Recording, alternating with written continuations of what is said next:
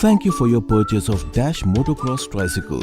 This tricycle comes with heavy-duty steel base, wide tires, shock absorber, zipper and ring bell. Please follow this instruction video carefully to know how to assemble the product and to know the amazing features of it. We will now assemble this beautiful tricycle by using these parts. You also need a screwdriver with regular and star shape. You also need a hex key. First, attach the rear wheels to the main body by using axle rod.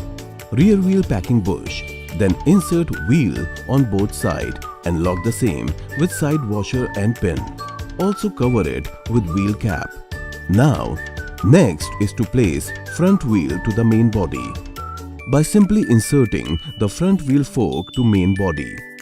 Then, place the handle fitting clamp to the front fork. Lock the same with hex key after placing the handle.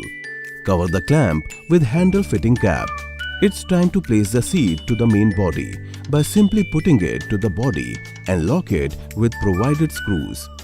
For finishing touch, place the bottle stand in the front with the help of screws and place the zipper to it. Your Dash Motocross Tricycle is now ready to use. Dash Ride, Kids Pride.